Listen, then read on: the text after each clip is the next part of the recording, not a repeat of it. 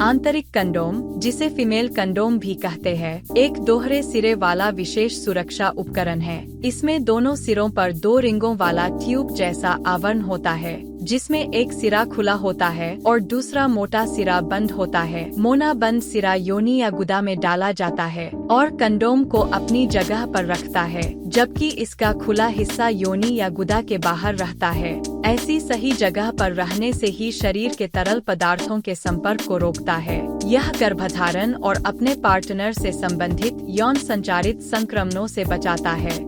अधिकांश आंतरिक condom polyurethane से बने होते हैं, लेटेक्स एलर्जी वाले लोगों के लिए उपयुक्त। हालांकि नाइट्राइल या लेटेक्स विकल्प भी उपलब्ध है। किसी भी अन्य कंडोम की तरह आंतरिक कंडोम का उपयोग करना आसान है। पहला कदम कंडोम की पैकेजिंग की जांच करना है, जैसे कि वो एक्सपायर्ड न हो या दरारें न हो। फिर सावधानी से इसे रैपर से बाहर निकालें।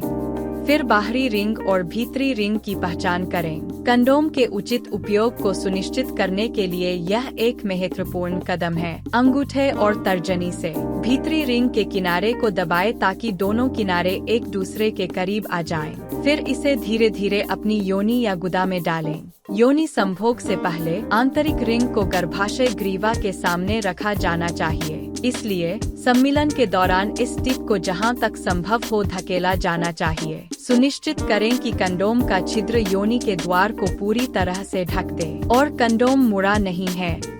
सही ढंग से स्थापित होने पर यह लेबिया को भी ढक देता है। एक बार जब सब कुछ ठीक हो जाए, अपने साथी के खड़े लिंग को कंडोम के छेद में डालें।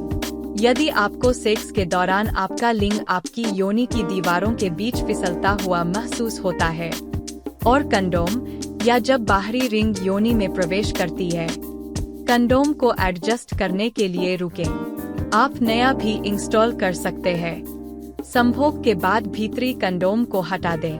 सामग्री को छोड़ने के लिए बाहरी रिंग को मोड़ें, फिर सावधानी पूर्वक उसे बाहर खींचें। इसे टिश्यू में लपेटें और कूड़ेदान या शौचालय में फेंक दें। हालांकि आंतरिक और बाहरी दोनों कंडोम प्रभावी विकल्प है, इनका एक साथ उपयोग नहीं किया जाना चाहिए क्योंकि इनके बीच घर्षण से दरारें पड़ सकती है। जब सही तरीके से उपयोग किया जाए, आंतरिक कंडोम गर्भावस्था को रोकने में लगभग 95% प्रभावी है। शुक्राणुनाशकों के साथ प्रयोग से उनकी प्रभावशीलता बढ़ जाती है।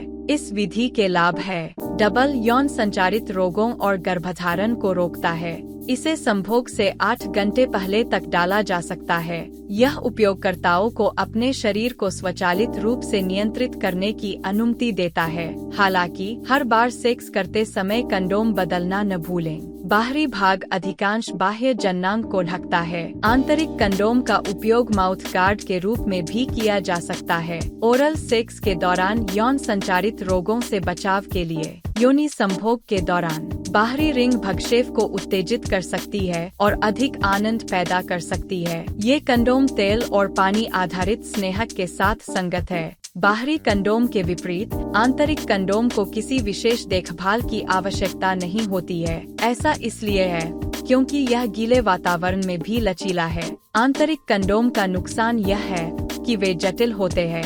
गर्भधारण को रोकने के लिए इसका निरंतर और सही उपयोग आवश्यक है। अनुचित उपयोग से प्रभावशीलता 79% तक कम हो सकती है।